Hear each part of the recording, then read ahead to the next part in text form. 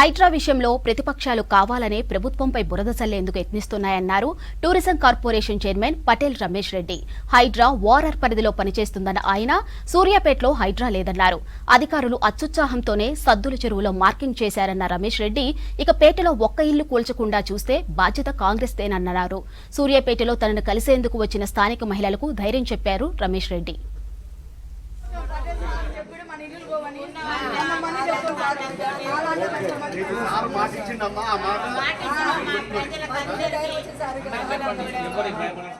సూర్యాపేట పట్టణంలో కొంతమంది అధికారుల అత్యుత్సాహంతో హైడ్రా పేరు మీద ఏదైతే ఇటు సద్దల చెరువు కానివ్వండి, అటు పుల్లారెడ్డి చెరువులో చాలా ప్రాంతంలో ఇది ఎఫ్టీఎల్ జోన్లో ఉందని చెప్పి మార్కింగ్ చేసి ఈ ఇళ్లన్నీ కూడా కూల్చేస్తామని చెప్పి కొంత హడావిడి చేయడంతో దీంట్లో కొంతమంది ప్రతిపక్షాలకు చెందిన నాయకులు కూడా ప్రజల్ని రెచ్చగొట్టి అసలు ఏం లేకుంటేనే ప్రజల్ని రెచ్చగొట్టి ఈరోజు పబ్బం కలుపుకునే ప్రయత్నం చేస్తున్నారని కూడా తెలియజేస్తూ, మరి ముఖ్యంగా హైడ్రా అనేది ముఖ్యమంత్రి గారు చాలా పర్టికులర్గా చెప్పడం జరిగింది. ఏదైతే ఓఆర్కు లోపల ఉన్న ప్రాంతంలోనే హైడ్రాను హైదరాబాదు ఆ ప్రాంతంలో ఇది ఏదైతే చెరువుల్ని రక్షించే బాధ్యతను, మూసి నాలాను ప్రక్షాళన చేసే బాధ్యతను తీసుకోవడం జరిగింది. పట్టణాలలో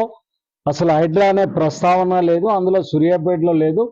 నేను అధికారులతో కూడా మాట్లాడటం జరిగింది, ముఖ్యమంత్రి గారితో కూడా మాట్లాడటం జరిగింది. ప్రజలు ఎవరు కూడా ఆందోళన చెందాల్సిన అవసరం లేదు. ఎందుకంటే ఇటు పుల్లారెడ్డి చెరువు కానివ్వండి, సద్దల చెరువుకు కట్ట నిర్మాణం తర్వాత ఎఫ్టీఎల్ అనేది మరి దాని నామ్స్ టెక్నికల్గా కూడా మారిపోవడం జరిగింది. కాబట్టి వీటన్నిటికి కూడా ఫుల్ ట్యాంక్ లెవెల్లో ఇవన్నీ కూడా రావు. కాబట్టి దీని గురించి ఇబ్బంది పడాల్సిన అవసరం లేదు. ప్రజలందరికీ కూడా భరోసా ఇస్తున్నాం. ఇది పేదల ప్రభుత్వం, రేవంత్ అన్న ప్రభుత్వం, కాంగ్రెస్ ప్రభుత్వం.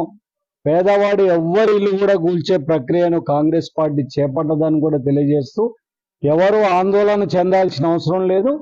అది ఏదైతే ఉన్నదో అవతల ఏమన్నా ఎఫ్టీఎల్ పరిధిలో ఉంటే ఒకటి రెండు ఇండ్లు ఉంటే చెప్పలేం, కానీ అసలు కట్టకి యువతలకు వచ్చే పరిస్థితి ఉండదని కూడా ఈ